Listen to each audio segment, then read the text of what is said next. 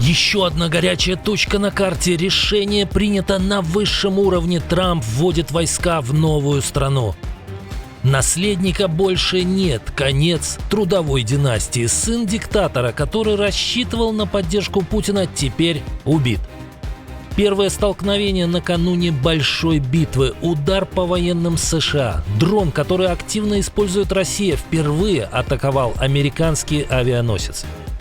Такой агент ЦРУ даже не снился. Этот человек смог обезглавить армию одного из опаснейших режимов мира всего за 3 года. Бывший муж бывшей первой леди США арестован по обвинению в убийстве. И это не сюжет кинофильма. Досмотрите. Статистика шокирует. Опасная болезнь вырывается из-под контроля в России. Об этих и других событиях к вечеру среды 4 февраля. Все, что действительно важно сегодня. Новости Нехта. Украина, Россия, Беларусь и мир. Раньше других. Первые стычки перед большой войной. Иранский БПЛА, которыми Россия 4 года обстреливает Украину, впервые угрожал и американскому флоту. Как сообщает Reuters, «Шахед» пытался приблизиться к авианосцу «Авраам Линкольн», тому самому, который Дональд Трамп с целой морской армадой отправил к берегам Ирана. Как дипломатично описал ситуацию представитель Центрального командования Вооруженных сил США, беспилотник имел неясные цели, поэтому был уничтожен истребителем F-35. Но это не единственный инцидент. Корпус стражей Исламской революции попытался остановить американский танкер Stena Imperative, который двигался из Сингапура в Бахрейн. В Ормузском проливе иранские силовики потребовали от капитана остановить корабль для досмотра. После отказа бойцы КСИР пытались взять судно на абордаж, используя 2 катера и 1 беспилотник. Они приблизились к танкеру на высокой скорости и пригрозили подняться на борт и захватить судно. На помощь кораблю поспешил эсминец Макфоул с авиацией и сопроводил танкер в безопасное место. Ормузский пролив – ключевой маршрут для мировой торговли нефтью. После нового удара России по Украине в США снова заговорили о передаче Киеву дальнобойных ракет. Об этом на платформе X написал влиятельный сенатор-республиканец Линдси Грэм. После этой массированной атаки прошлой ночью я бы призвал президента Трампа начать процесс предоставления Украине крылатых ракет «Томагавк», что изменило бы правила игры в военном отношении. Кроме того, сенатор призвал усилить и экономические рычаги. В ближайшие дни и недели мы должны усилить давление на Путина. Любые переговоры, которые будут восприняты как чрезмерное вознаграждение агрессии, повлекут за собой катастрофы во всем мире. Но если они приведут к свободной, сильной и независимой Украине, пусть и вынужденной пойти на уступки, мир станет гораздо более стабильным. Этот пост Грэм опубликовал после удара, который Россия осуществила во вторник, используя 450 дронов и 71 ракету. Трамп на эту атаку отреагировал по-другому. Президент США увидел в ситуации позитив и похвалил Путина за верность обещаниям. Пауза была с воскресенья по воскресенье, с 25 января по 1 февраля. Она завершилась. Он, Путин, сдержал свое слово. 1 неделя – это уже много. Мы бы согласились на любой срок, потому что там очень-очень холодно. Ну вот такой Путин молодец. Как вам новость? А после такой похвалы из Вашингтона почему бы не продолжить в эту ночь, накануне начала очередного раунда переговоров в Абу-Даби. Российские войска снова атаковали Украину. В Днепропетровской области погибли 2 человека, еще 2 получили ранения. В Одессе были повреждены более 20 домов, а также детсады и школа. В Харькове ракетами и дронами повреждены жилые дома и объекты инфраструктуры. Обесточены потребители в Донецкой, Сумской, Днепропетровской, Херсонской, Черниговской и Запорожской областях. В то же время в Киеве смогли за сутки восстановить электроснабжение для 100 тысяч семей. После небольшой паузы возобновилась охота на российский теневой флот, и в ней появился новый участник. Эстония задержала контейнеровоз Baltic Spirit. Судно следовало из Эквадора в Санкт-Петербург под флагом Багамских островов и было задержано для проведения таможенного контроля. На борту находился экипаж из 23 граждан России, которые не оказали сопротивления. Для проверки на борт поднимался местный спецназ. Власти не уточнили, что именно перевозилось, но подозревают, подозревают команду в контрабанде. Судно направили в порт для дальнейшей проверки.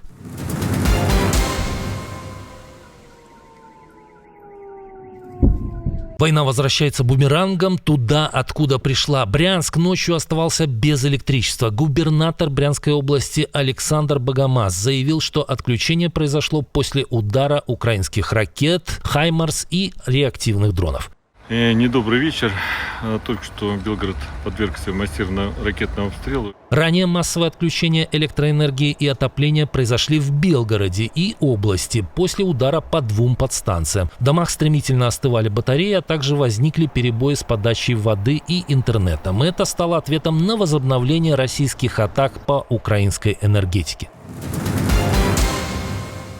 Плохие новости для диктаторских династий. Наследник известного тирана убит. Саиф аль-Ислам Каддафи, сын того самого Муаммара Каддафи, погиб в Ливии, сообщает Reuters. Обстоятельства его смерти остаются неясными. Одни источники сообщают, что 53-летний отпрыск диктатора погиб в бою у нефтяного месторождения Хамада. Другие пишут, что он был убит в своем доме неизвестными. Саиф аль-Ислам не занимал официальных постов, но в годы правления отца был одной из самых влиятельных фигур в стране. После свержения и убийства Муаммара Каддафи в 2011 году Саиф аль-Ислам был арестован и провел в тюрьме несколько лет. Но Международному уголовному суду Ливия его не выдала. Последние годы наследник диктатора дважды пытался участвовать в президентских выборах, причем публично высказывал надежду на поддержку со стороны Владимира Путина. Кстати, мучительная смерть Каддафи-старшего от рук восставших ливийцев стала настоящей травмой для коллег диктатора в Москве и Минске.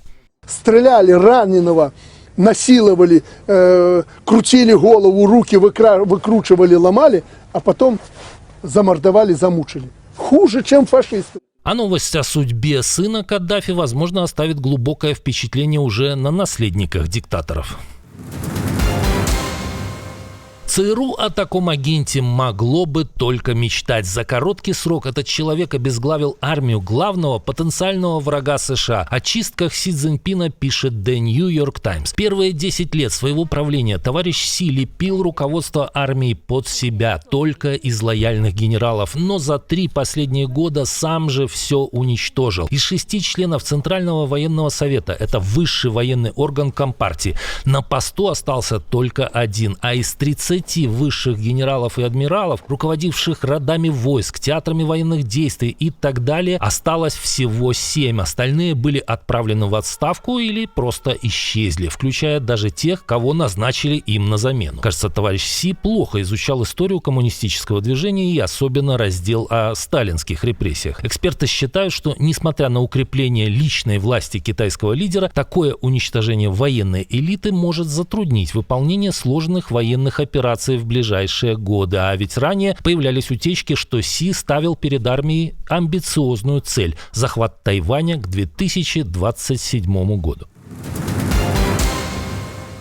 А эта новость звучит как сюжет детектива. В США задержали бывшего мужа первой леди страны. Речь идет о Джилл Байден и ее первом спутнике Уильяме Стивенсоне. Обвинения не шуточные. Мужчину подозревают в убийстве его нынешней жены Линды Стивенсон. Инцидент произошел в их доме, где 28 декабря Линду нашли без сознания. Несмотря на попытки спасти женщину, она скончалась. Стивенсон был первым мужем Джилл Байден. Они развелись в 1975 году, а через пару лет она вышла за молодого сенатора Джо Байдена. Пока все деньги из российского бюджета уходят на войну, в самой стране нешуточными темпами растет число заболевших опасной болезнью. За последние 4 года статистика по сифилису увеличилась на 64%, сообщает Росстат. Рост заболеваемости может быть связан с тем, что многие пациенты прибегают к самолечению или обращаются в неквалифицированные клиники. Также статистика может искажаться из-за ужесточения учета заболеваний. Пока число заболевших официально держится в границах десятков тысяч. До статистики по ВИЧ, число носителей которого в России оценивается более чем в 1 миллион человек, еще далеко. Золото встает с колен. После небольшого падения до $4400 за унцию цена на желтый металл снова перевалила за отметку в 5000. Только с начала года стоимость этого актива выросла на 20%, а за весь прошлый год на 64%. Парадоксально, но чем выше цены, тем длиннее очереди в ювелирные, во всяком случае в Китае. Поскольку цены на золото в последнее время растут, мы хотим купить немного, прежде чем они достигнут пика. Я здесь с мамой, она хочет купить золотые украшения для будущих свадеб, моей и моего брата. Я жду уже около 30-45 минут, а я еще даже не зашла туда. Я продала часть золотых украшений, в том числе свадебные, и я очень довольна ценой, которую получила. А вот биткоин продолжил полет в другую сторону и упал до самого низкого уровня с момента переизбрания Трампа. Криптовалюта опустилась ниже $73 тысяч. Это минимальное значение с ноября 2024 года. Криптовалюта переживает худшие времена с тех пор, как Трамп вернулся в Белый дом. Геополитическая напряженность, цены на нефть, новые пошлины – все это оказало давление на рынок. В результате инвесторы решили переключиться на более стабильные активы, такие как драгметаллы.